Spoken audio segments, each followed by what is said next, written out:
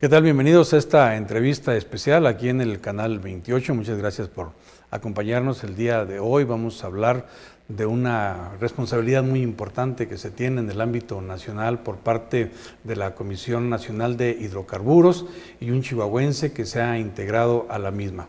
Vamos a platicar el día de hoy con el licenciado Héctor Acosta Félix, a quien le agradecemos que nos acompañe en los estudios de ABC Noticias. Bienvenido. Al contrario, Sergio, muchas gracias por la invitación.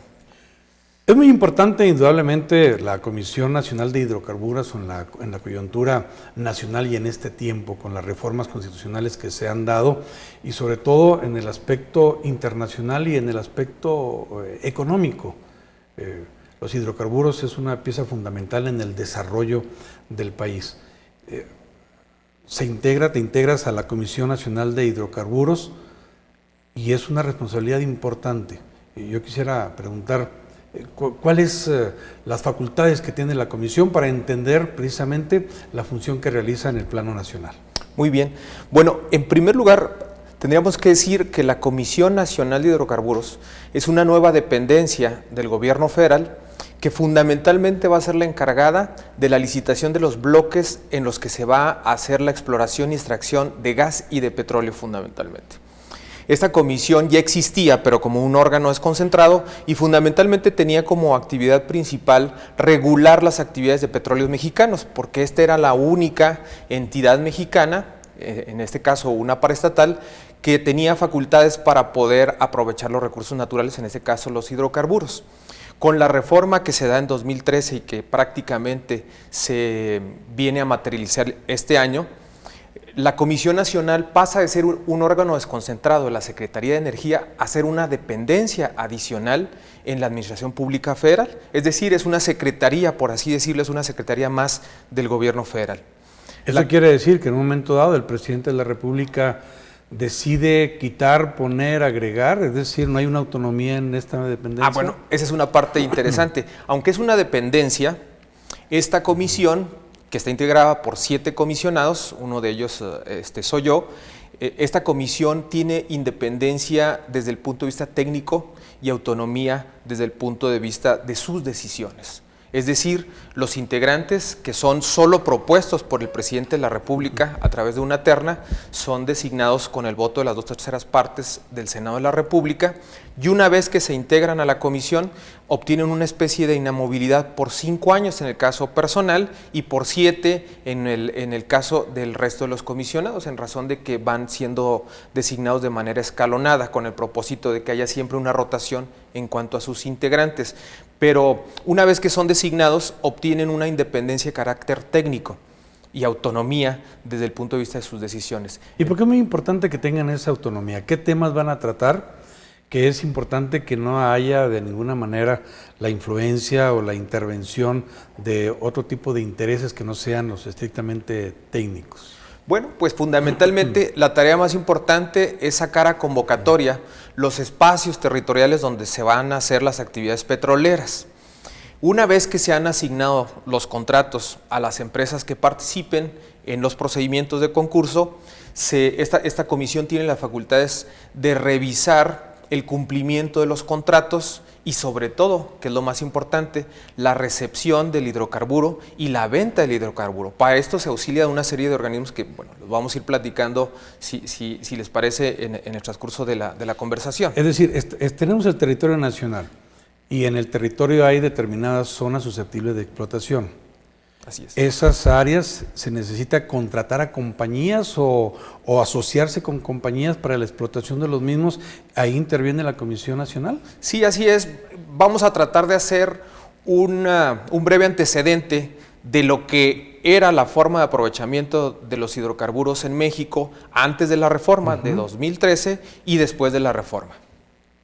De 1938 a 2013, es decir, prácticamente 76 años, se tuvo una disposición constitucional en la que solamente el Estado tenía posibilidades de explorar y extraer el petróleo del subsuelo del territorio mexicano.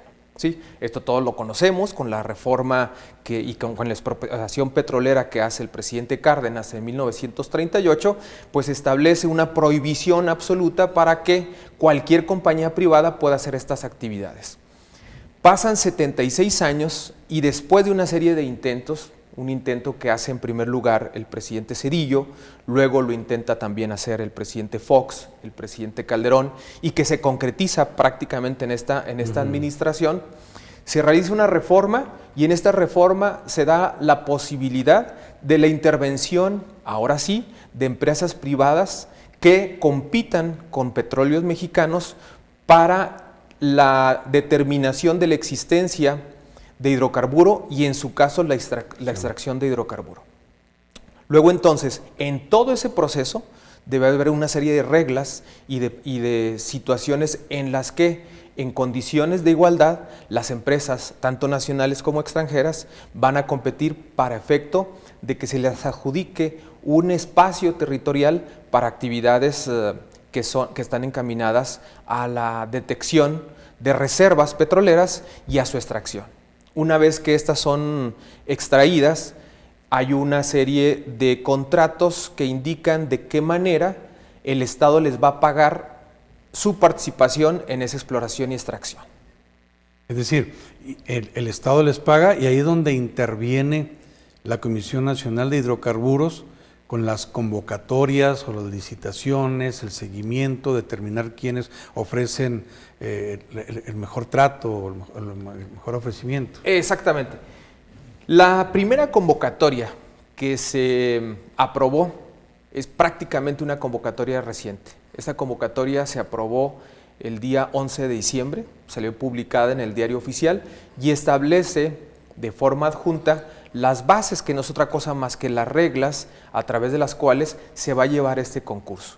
Bases que hacen los integrantes en una reunión, en un consejo de la Comisión de Hidrocarburos. Las reglas, en términos generales, las expedimos nosotros, pero con la participación de otras dos secretarías de Estado, de la Secretaría de Energía y de la Secretaría de Hacienda. La Secretaría de Energía establece condiciones como los requisitos que deben de tener las empresas que van a participar en el concurso. Y la Secretaría de Hacienda establece las condiciones económicas a través de las cuales el Estado mexicano va a participar obteniendo los recursos derivados de la extracción del petróleo. ¿Sí? En este caso, por ejemplo, esta licitación está regulada por un tipo de contrato que establece la propia Constitución mexicana en su artículo 27, en la cual se indica que de la extracción que se obtenga del petróleo, las compañías tienen que ofrecer un porcentaje con el que se van a quedar de las utilidades. El que establezca el porcentaje más alto en favor del Estado es a quien se le va a adjudicar el contrato. Es decir, por ejemplo, si una compañía o tres compañías participan, una de ellas ofrece el 50%, otra el 60%, otra el 70% de participación de utilidades al Estado mexicano, obviamente la Comisión Nacional de Hidrocarburos le adjudica al que le ofrezca el 70%. Es decir, es un concurso muy sencillo y se puede decir muy transparente para decir, en un procedimiento, las empresas, después de cumplir con una serie de requisitos, hacen un ofrecimiento en un evento público en sobre cerrado, en el cual la comisión da la apertura de los sobres y quien ofrezca un porcentaje adicional o mayor de utilidades hacia el gobierno mexicano es a quien se le adjudica el contrato. Y todo ese proceso lo lleva a cabo la comisión. Bueno, y ese parámetro que tú mencionas es estrictamente cuantitativo, es decir, tiene que ver estrictamente el quién ofrece más o quién ofrece menos y no en un momento dado cuestiones de protección al medio ambiente, etcétera, otra serie de factores. En el concurso final, o sea, en la etapa final, en la que ya son evaluados las empresas que van a poder participar, el porcentaje es el único factor que se establece para ganar, el porcentaje más la inversión que van a hacer las compañías. Pero antes de eso, las mismas bases, es decir, las reglas de participación, establecen sí condiciones para evitar que puedan entrar a participar empresas que no cuenten con la experiencia, que tengan antecedentes indebidos o que se encuentren inhabilitados por el gobierno federal para participar en contratos federales. Las condiciones en esta licitación son bastante estrictas. No cualquier compañía nacional o extranjera va a poder entrar a participar.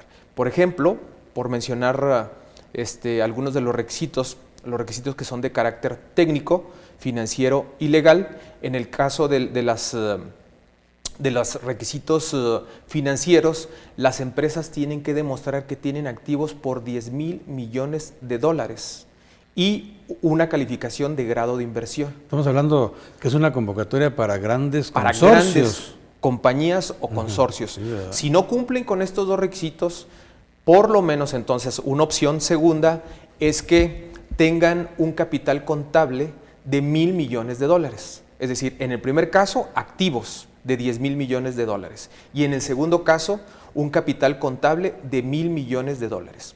En cuanto a los requisitos técnicos, necesitan demostrar que han tenido participación en actividades semejantes a las que se están convocando en esta primera licitación. En esta primera licitación se está convocando 14 bloques, se le llama así al territorio en el que se va a autorizar la exploración y extracción. 14 bloques que están definidos en un territorio que se le denomina aguas someras, es decir, prácticamente en la costa próxima de 3 estados de la República Mexicana, que son Veracruz, Tabasco y Campeche. Pero ¿estás hablando de esta primera convocatoria? De la primera convocatoria. Sí. Quizás hay que explicar cómo se van a llevar a cabo los procesos de licitación. Cada año se va a llevar a cabo una ronda de convocatorias. Esta ronda está integrada por diferentes bloques que se van a licitar.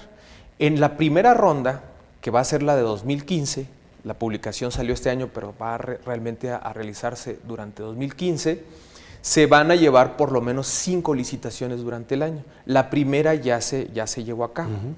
Luego, después del año 2015, vendrá una segunda ronda y así será cada año. O sea, se caracteriza pues el proceso licitatorio o se divide a través de rondas y las rondas se dividen a través de licitaciones. Ahora, en este contexto de las rondas, bueno, por estar en Chihuahua, yo te preguntaría, ¿de alguna manera el territorio estatal ya está contemplado en alguna de sus zonas con un potencial que pudiera existir? Sí está contemplado. Yo he estado analizando esta información, obviamente, por tratarse del estado del que soy origen.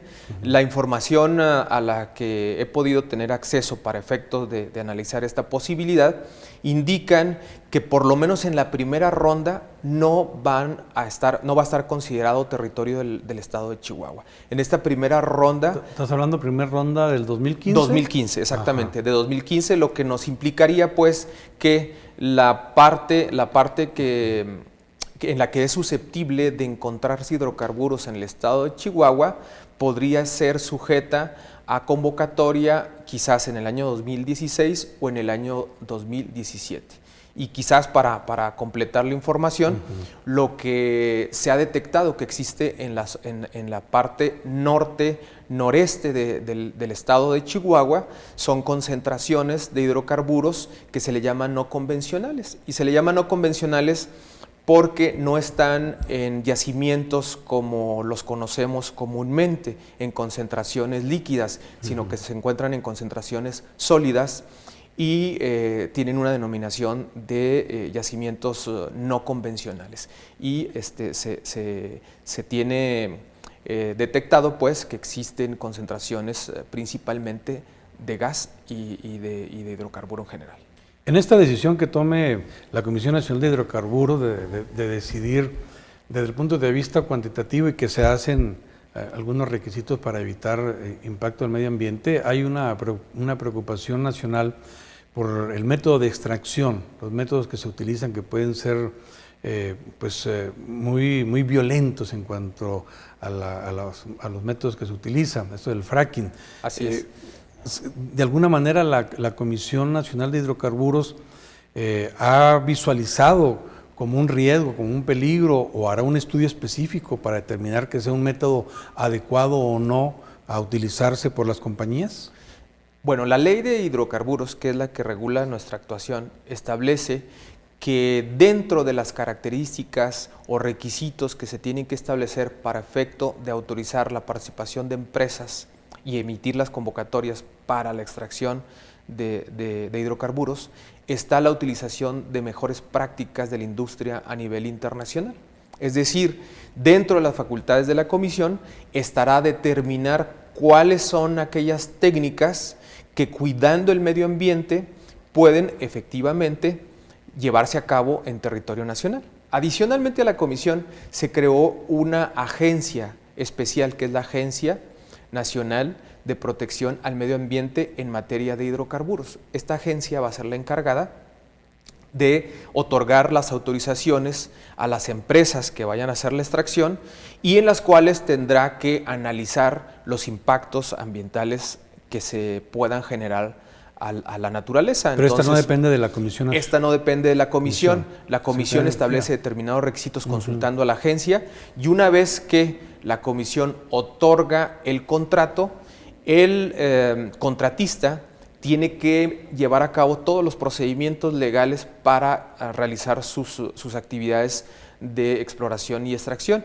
y uno de esos permisos pues sin duda es el de impacto ambiental, que lo otorgará esta nueva agencia que existe con la creación de todos los organismos que surgieron a raíz de la reforma energética. ¿Y hasta dónde en esto de la explotación de los hidrocarburos están las facultades de la Comisión Nacional? Es decir, ya hablamos de las compañías que van a extraer, las convocatorias, los requisitos que deberían de llenar, pero también ustedes observarán la tenencia de la tierra, el posicionamiento, los que sean propietarios de algunos predios no sean de alguna manera engañados con alguna situación en específico, el factor social. Sí, el factor social, bueno, la ley distribuye una serie de facultades a varias dependencias, y en el tema de la determinación de los convenios que se van a tener que hacer para efectos de aquellos que son propietarios o que tienen derechos sobre tierras en los que se encuentra o se han detectado hidrocarburos,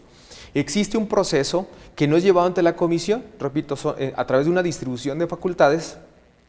En este caso será la Procuraduría Agraria junto con la Secretaría correspondiente en materia agraria, la que intervenga para efecto de tratar de poner de acuerdo a los interesados, tanto a la compañía que va a extraer como al propietario del inmueble. En principio, reserva una posibilidad de un acuerdo libre, pero con parámetros que la propia ley establece. Pero si no existe un acuerdo, entonces se puede ir ante una autoridad, que en este caso es del gobierno federal, ¿sí? Y esta, que es la SEDATU, la que tendrá facultades para esto, y esta secretaría será la que participe para tratar de poner de acuerdo tanto a los propietarios como a las compañías que pretenden extraer el hidrocarburo.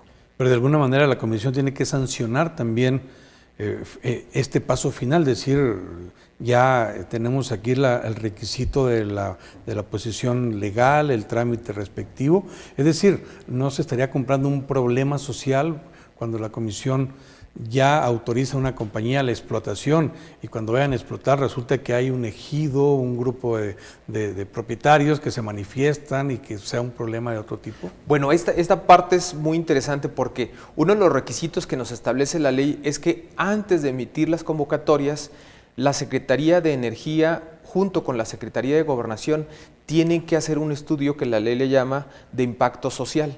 Este estudio de impacto social tiene que identificar todos los grupos vulnerables que pudieran ser afectados con trabajos de exploración superficial y de extracción en una zona determinada. Este estudio tiene que determinar si existen grupos étnicos, si existe alguna zona que deba ser protegida desde el punto de vista arqueológico, natural o con alguna otra característica. Y el estudio establecerá también una serie de medidas que se deberán de tomar y de llevar a cabo antes de iniciar los trabajos. El contratista, de hecho, debe de presentarle, en este caso sí, a la Comisión Nacional de Hidrocarburos, un estudio de impacto social adicional al impacto ambiental. Y ese estudio de impacto social tiene que ver o tiene que responder a lo que haya planteado el estudio de impacto social que previamente se elaboró para efecto de las consecuencias. Entonces ustedes sí le darán atención entonces a este tipo Le de daremos situaciones. vigilancia. Nosotros tendremos que estar atentos a que estos documentos existan dentro del contrato que se otorga a la compañía, pero no necesariamente intervenimos en la negociación entre las partes para llevar a cabo un convenio de posesión de tierras, por ejemplo. Vamos a una pausa, regresamos en un momento. Estamos platicando con Héctor Acosta Félix, integrante de la Comisión Nacional de Hidrocarburos. Regresamos.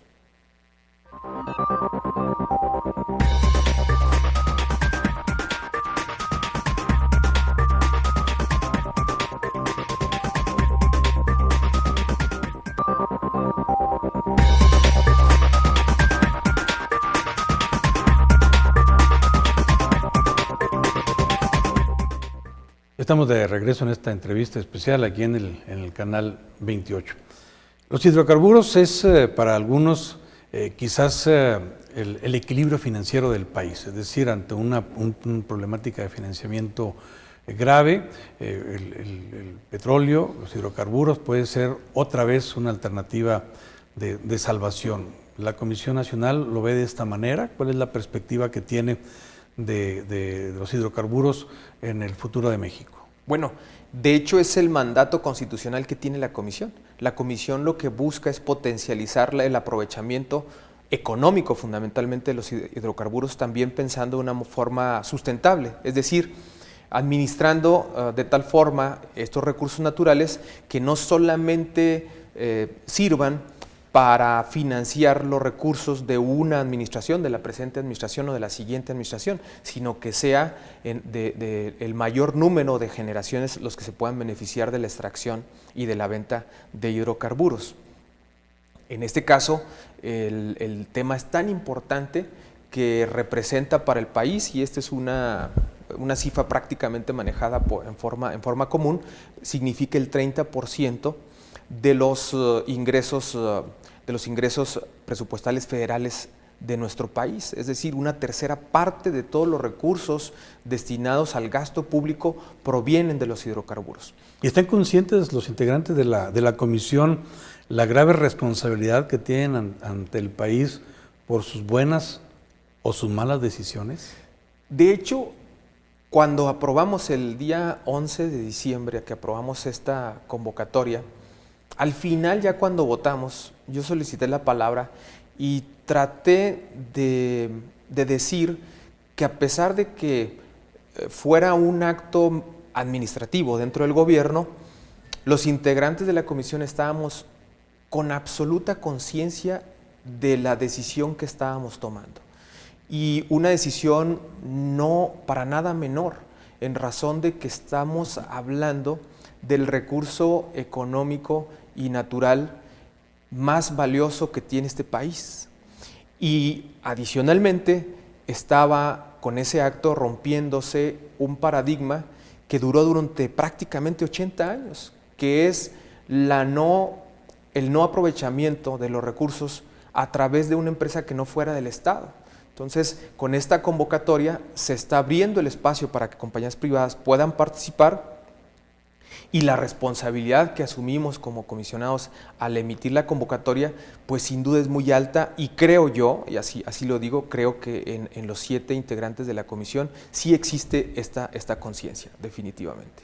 Ahora tienen el reto también de la transparencia, porque el rol que ustedes están jugando en la coyuntura actual pues es muy delicada, para que de repente nos vengan con informaciones futuras de que un comisionado estaba de alguna manera vinculado con alguna compañía internacional, o que se detectaron por ahí algunos premios o algunos donativos o algunas inversiones extranjeras de algunos de los comisionados. ¿Qué hacer ante este reto también? Bueno, Yo creo que ya hablamos que la Secretaría de Energía establece las características técnicas de la convocatoria y las condiciones económicas son establecidas por la Secretaría de Hacienda.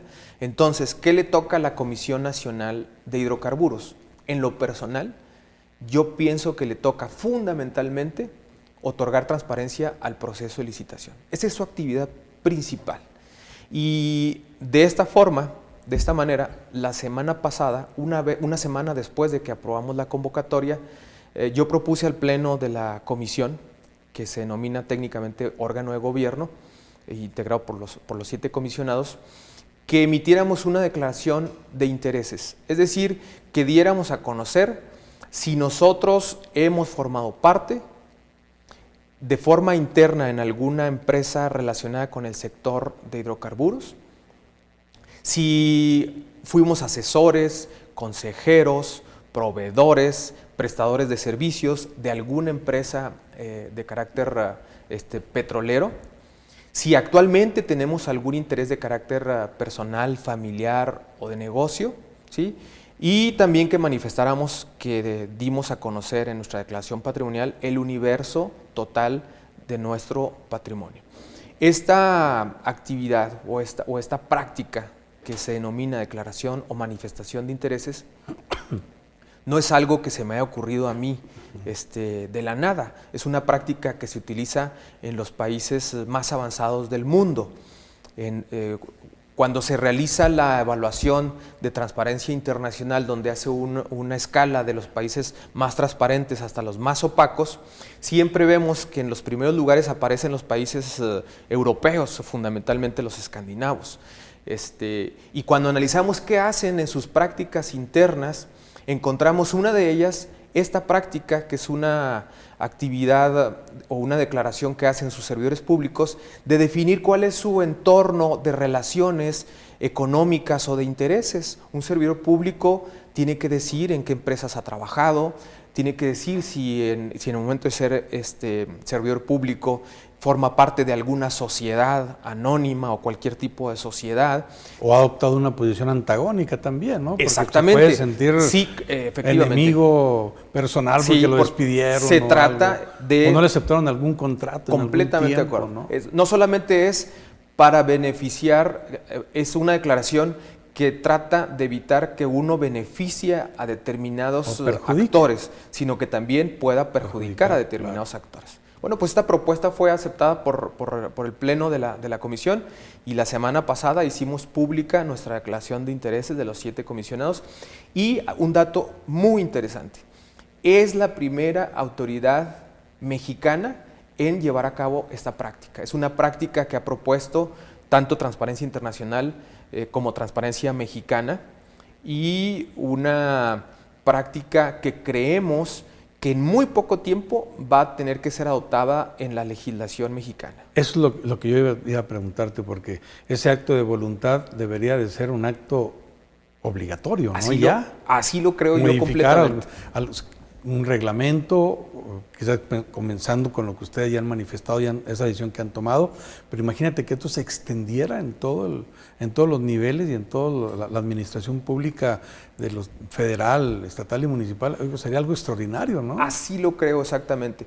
¿Por qué tenemos que esperar a que una ley nos obligue a hacer algo que podemos hacer para transparentar las decisiones que estamos tomando? Es decir, ojalá que hubiera una ley. De hecho, nosotros creemos que puede ser un antecedente para que la legislación lo retome y lo haga obligatorio para todos los servidores públicos del país. Imaginemos que en todos los niveles del gobierno los servidores públicos tengan que decir en qué empresas trabajaron, claro, en qué áreas de la actividad empresarial tienen intereses económicos, si tienen parientes, que fue otro dato que tuvimos que declarar, si tenemos algún pariente en alguna empresa que actúe en el ámbito de los hidrocarburos o alguna empresa petrolera en México o en el mundo, y que a lo mejor en ese momento no lo vamos a tener.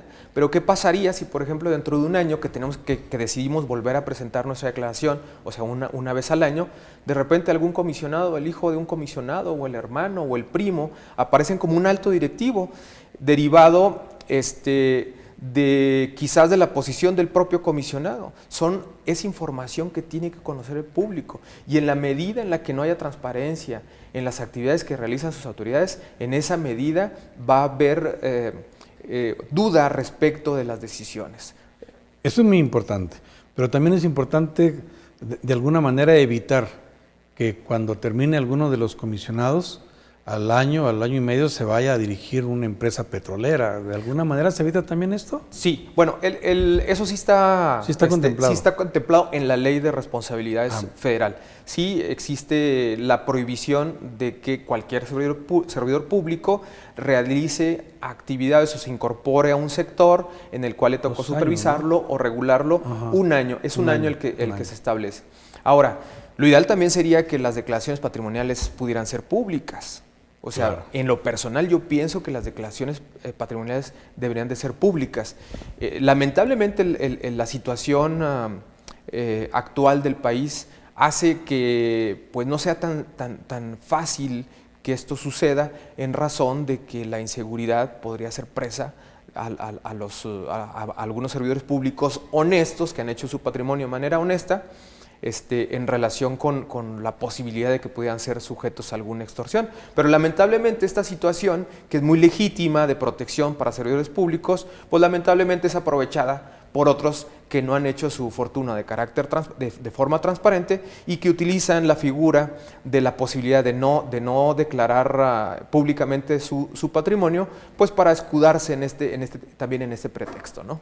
Claro, porque las decisiones que ustedes toman, estamos hablando de que, por ejemplo, esta licitación reciente, esta convocatoria que acaban de realizar para el 2015, ¿de cuántos miles de millones de pesos se está hablando? Pues, de acuerdo con los datos que ha expresado el secretario de Energía recientemente, se considera que este primer año se podrá tener algo así, una inversión de algo así de 12.500 millones de pesos en el primer año. Y en lo que resta del sexenio, algo así como 50.000 millones de pesos. Pero esto es solamente de inversión. Hay una serie de actividades que quizás no pudieran estar contempladas, que van a generar sin duda un gran beneficio de movimiento económico. Las empresas extranjeras van a empezar a llegar a México y a tener que contratar una serie de servicios, porque la ley establece que para las actividades petroleras se debe de dar participación en el gasto de inversión de por lo menos un 35% de contenido nacional. Es decir, de cada 100 pesos que se inviertan, 35 pesos deben de estar destinados a comprar bienes o servicios, ¿sí?, de origen mexicano. La obra, sin duda esto va a ir dirigido mucho a la mano de obra, a los servicios, arrendamientos y compra de bienes para las actividades que se van a desarrollar. Sí, era una de las preguntas que yo te quería formular, te lo hago. La macroeconomía ya la tenemos ubicada, quizás esto baja a otro nivel de la economía, pero ¿qué con el ciudadano común en lo personal? ¿Dónde se va a reflejar otra cara de los hidrocarburos y su aprovechamiento en el país desde el punto de vista del bolsillo de todos y cada uno del ciudadano común? Yo creo que eso es muy importante. O sea, si la reforma nos trae como consecuencia mejores condiciones económicas para el país, que redunden a la vez en mejores económicas del ciudadano común, pues entonces la reforma no va a haber tenido éxito.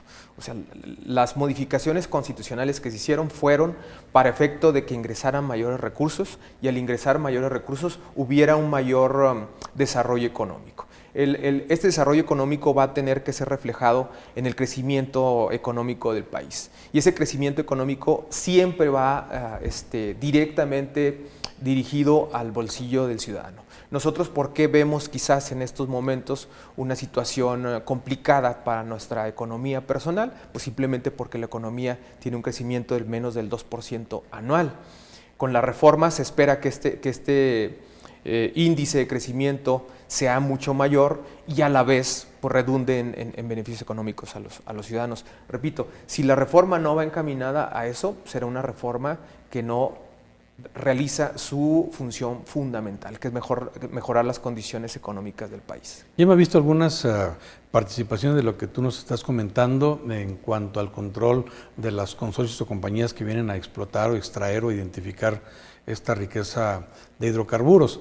Pero, ¿qué con los trabajadores, con los sindicatos? ¿Ese aspecto cómo se va a observar o quién le va a dar la atención? ¿De quiénes lo van a hacer? ¿Van a ser de un sindicato determinado? ¿O cómo se va a manejar el aspecto laboral de esta explotación de los hidrocarburos? Bueno, aquí obviamente se respetan las garantías constitucionales que tienen los trabajadores para asociarse.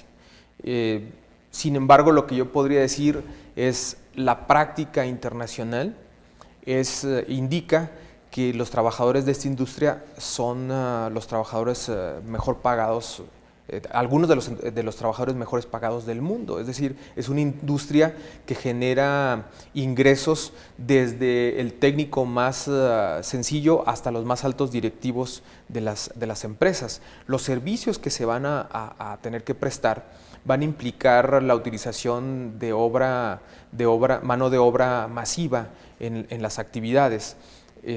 Obviamente donde se empiecen a abrir los espacios de exploración y extracción son los lugares donde más beneficio se va a poder reflejar. O sea, si nosotros vemos, por ejemplo, las condiciones económicas que tienen ciudades como Villahermosa, como Ciudad del Carmen, como algunas zonas de Veracruz, como Coatzacoalcos, el nivel de ingreso que tienen, no solamente en cuanto a la cantidad de oferta de trabajo, sino los niveles de ingreso que tienen los trabajadores. Bueno, eso sí, como un parámetro internacional, pues sí, lógicamente sí podríamos llegar a esas conclusiones, pero cuando hablamos muchas veces de compañías importantes que vienen a trabajar a México, los sueldos y el tratamiento de su personal es muy inferior y en otras circunstancias a lo que se les da el trato cuando se trata de personas allá en Estados Unidos. El día de ayer mismo tuvimos aquí un paro de labores de quienes están en este gasoducto en Chihuahua porque no les están pagando, les deben tiempo extra, el aguinaldo, etcétera, y pararon las obras. Entonces yo decía, si este es un primer indicio de lo que nos puede esperar con estos nuevos proyectos de explotación de hidrocarburos en Chihuahua, en el país, pues hay que darle la atención al aspecto laboral, a los problemas en un momento dado que se pueden generar y que pueden interrumpir toda esta cadena de bondades que nos puede traer la explotación. No me quisiera meter en responsabilidades que le corresponden a otras autoridades reguladoras, pero lo que sí quisiera indicar es que la llegada de compañías petroleras que tienen los estándares de prestaciones como las que tiene Petróleos Mexicanos, semejantes a las que tiene Petróleos Mexicanos, tendrán que competir con los sueldos que tiene Petróleos Mexicanos. Petróleos Mexicanos va a tener, creo yo, un problema importante en razón de que algunos de sus trabajadores y su personal puede ser invitado a trabajar en estas nuevas compañías y ahí es donde a través de la competencia se tendrá que generar un ambiente en el que los niveles de salarios que ofrezcan las compañías pues tienen que ser suficientes para poder atraer al personal que en este país tiene experiencia en esta materia. ¿Y cuál es ese personal? Pues claro, ese personal es el que trabaja en Petróleos Mexicanos. Claro, y mi pregunta es porque si la Comisión Nacional va a determinar qué empresas, qué cantidades, la pregunta es, ¿también se va a evaluar antes de a las empresas en cuanto a su personal, su infraestructura, pues para que tengan la capacidad de hacer lo que están ofreciendo con el personal en México? Bueno, de hecho, uno de los requisitos que establece la primera convocatoria en sus bases de licitación es que nos tienen que presentar los expedientes laborales de por lo menos hasta el área técnica del personal que va a dirigir las operaciones y los cuales deben de tener por lo menos 10 años de experiencia en actividades de exploración y extracción de petróleo en algunas otras zonas de México o del mundo. Recordemos que aún y cuando los contratos privados estaban cerrados en México, había compañías que estaban ya colaborando con Petróleos Mexicanos a través de contratos determinados, diferentes a los que hoy se están emitiendo, pero de colaboración con Petróleos Mexicanos. Es decir, ya hay experiencia de técnicos mexicanos altamente calificados para hacer estos trabajos. Y efectivamente, el requisito establece que por lo menos tendrán que tener 10 años de experiencia en exploración y extracción. Y esto es con el propósito de evitar alguna situación que pudiera poner en riesgo las actividades petroleras en las zonas del territorio mexicano. Ahora, la Comisión Nacional nada más se queda con la competencia de escoger, seleccionar, designar o también de sancionar y quitar las autorizaciones o los contratos. Bueno, esa es muy buena pregunta porque efectivamente en la primera etapa nos toca solamente la licitación, pero una vez que se hace la licitación nos toca suscribir los contratos y después de suscribir los contratos administrar el contrato. ¿Y qué implica la administración del contrato? La vigilancia del cumplimiento de las cláusulas del contrato. Y ante posibles violaciones, efectivamente la comisión tiene facultades de revocación de los contratos. Entonces es una comisión que no solamente licita, sino que va a vivir durante todo el periodo de la vigencia del contrato vigilando su cumplimiento, haciendo visitas técnicas, evaluando el nivel de inversión que se tiene para cada uno de las zonas, haciendo que se cumpla el trabajo mínimo que también está contemplado en las bases de licitación, el trabajo de exploración mínimo, el trabajo de extracción y las inversiones mínimas que se tienen que hacer. Todo esto lo va a tener que hacer la comisión. Es una comisión que va a tener un crecimiento importante porque sus responsabilidades también crecieron enormemente y sin duda va a ser muy importante. Y una de las funciones fundamentales es la medición de los recursos naturales que se están extrayendo, es decir, del hidrocarburo. La Comisión tiene la obligación de establecer los sistemas de medición para saber exactamente cuánto hidrocarburo se está extrayendo y de ahí determinar cuánto le corresponde a la compañía y cuánto le corresponde al Estado mexicano. Una vez que se hace la entrega física del hidrocarburo, la comisión también tiene la obligación de contratar a un tercero, que en este caso esta actividad lo está realizando Pemex Internacional, una área que se llama PMI, Pemex Internacional, es conocida, la cual se le entrega el hidrocarburo y lo coloca en los mercados internacionales. Esa actividad en forma transitoria la va a realizar esta compañía, pero la comisión tiene que lanzar una licitación para contratar a un nuevo tercero, o que puede ser el mismo Petróleos Mexicanos, para llevar a cabo esta actividad. Ahora, ante todo este panorama, pues lógicamente las compañías internacionales desde ya van a empezar a cabildear de alguna manera sus propuestas o conocer. ¿Qué pasa con el cabildeo al interior de la comisión? ¿Está permitido? ¿Cuáles son los candados para la vinculación, la conexión, las pláticas con las compañías? Este tema también es muy interesante porque también tiene que ver con la transparencia. La ley de hidrocarburos y la otra ley que regula también nuestras actividades, que es la ley de los órganos reguladores coordinados en materia energética, son de las leyes más estrictas en materia de transparencia. Quizás por la preocupación que hubo por parte de los legisladores, establecieron reglas muy estrictas. Por ejemplo, nosotros podemos darle audiencia a los regulados, es decir, a las compañías petroleras.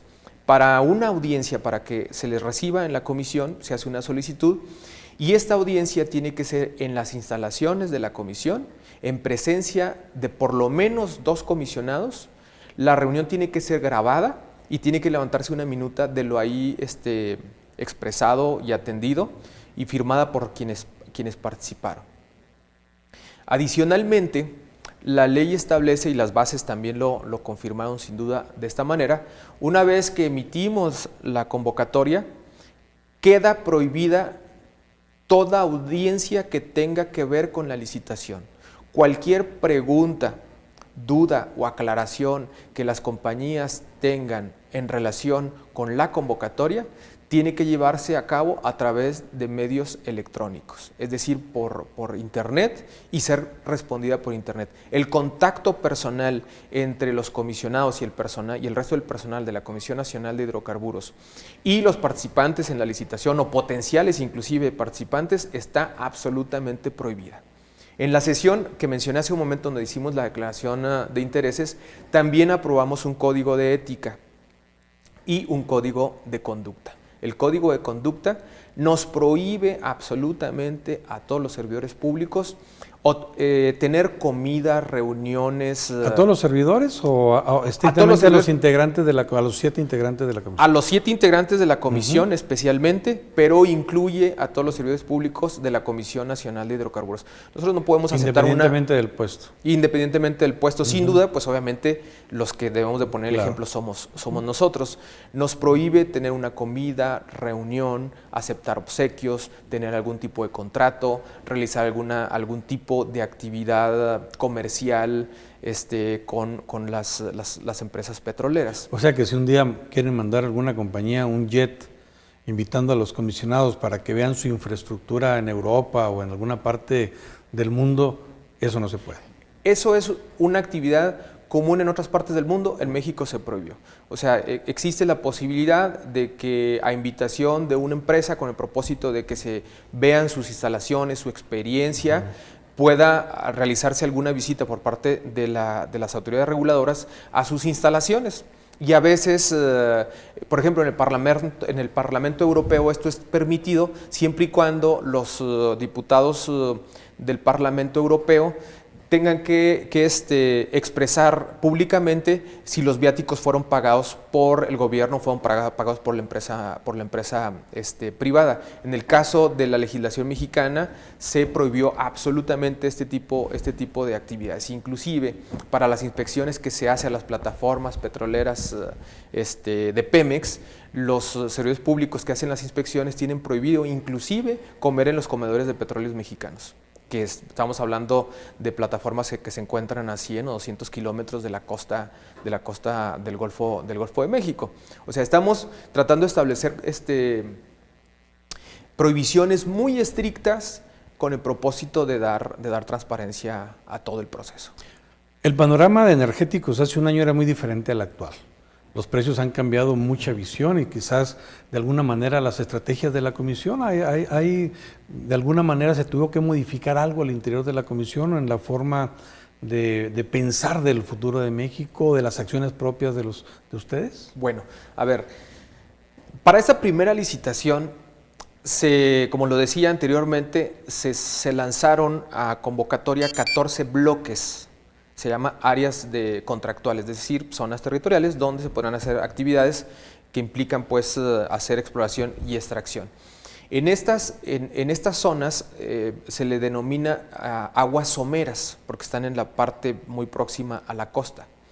Se calcula que la inversión para sacar un barril de petróleo es de aproximadamente, se requieren $40, ¿sí?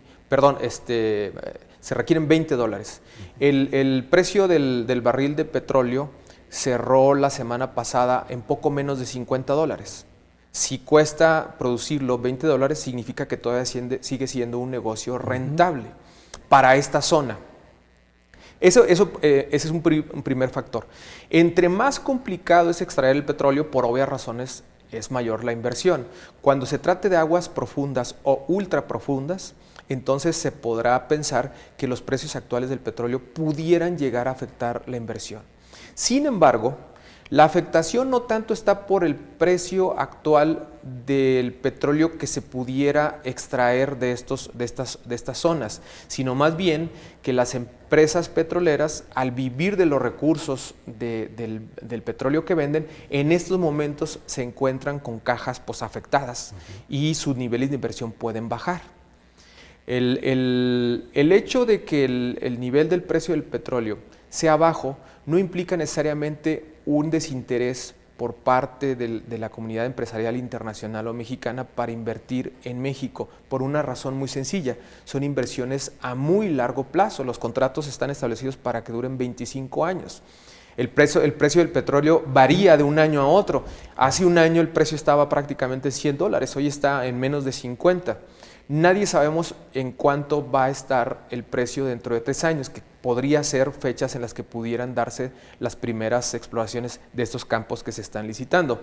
Entonces, las compañías, se ha considerado que para efectos de participar en esta licitación no necesariamente es un factor el precio actual.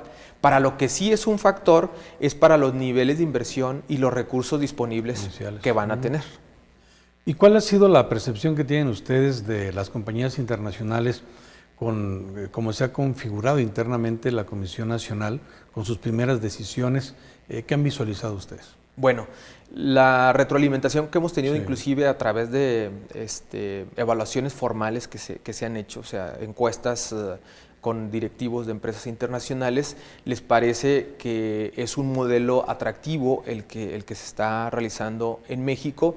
Sin embargo, están a la expectativa de ver las condiciones que ya en la práctica se van a tener para efecto de la asignación de los contratos. Una cosa es lo que diga la ley y la convocatoria, y otra cosa es cómo nosotros vayamos tomando las decisiones. Y yo creo que en ese sentido es importante que la Comisión tome las decisiones de manera transparente, como decisiones como las que hemos estado tomando, para efecto de dar confianza a la comunidad internacional. Y en este momento hay confianza, pero la mayor confianza que se va a poder obtener sin duda va a ser de la forma en la que realicemos el proceso. Y por eso yo creo, y lo he dicho en la comisión, reuniones, por cierto, que son públicas, se pueden ver por internet, todas las reuniones o sesiones del órgano de gobierno son públicas y obligatoriamente se deben de transmitir en la página de la comisión. Y yo he dicho que nosotros tenemos que trabajar para confirmar la confianza de las personas que consideran que la reforma energética es buena para el país. O sea, nosotros tenemos que darle los elementos para que efectivamente confirmen que aquel apoyo que pudieron haber otorgado a las autoridades mexicanas para hacer la reforma, tanto al Ejecutivo Federal como a las cámaras, pues valió la pena. Pero no solamente creo yo que debemos de trabajar para ellos, debemos trabajar también para quienes han sido y son escépticos de esta reforma. Claro. Es decir, nuestro compromiso es darle certeza a los que confiaron y quitar o despejar dudas para aquellos que no confiaron o no confían. En la medida en la que tomemos malas decisiones, vamos a decepcionar a los primeros y a darle elemento a los segundos para efecto de que concluyan en que hubo una mala decisión en reformar la Constitución en un punto tan importante y tan delicado como es el aprovechamiento de los hidrocarburos, es decir, del petróleo y del gas en México. ¿Se ha contemplado de alguna manera que el ambiente social pueda afectar o no a inversionistas en el interés de venir a México? Hasta este momento yo he leído algunos artículos aislados que hablan del tema, ¿sí? Nosotros creemos, bueno, en lo personal creo que todos los factores influyen para efectos de una inversión, siempre. Sin duda el factor social es un factor importante. Yo espero que las condiciones en las que atraviesa México mejoren para que mejoren también las condiciones de inversiones, no solamente en esta materia, sino en general. Pero decir que puede ser un elemento que no se está tomando en consideración, pues yo creo que es no conocer a los inversionistas, que analizan todos los puntos y todos los aspectos en relación con el mercado al que van a entrar.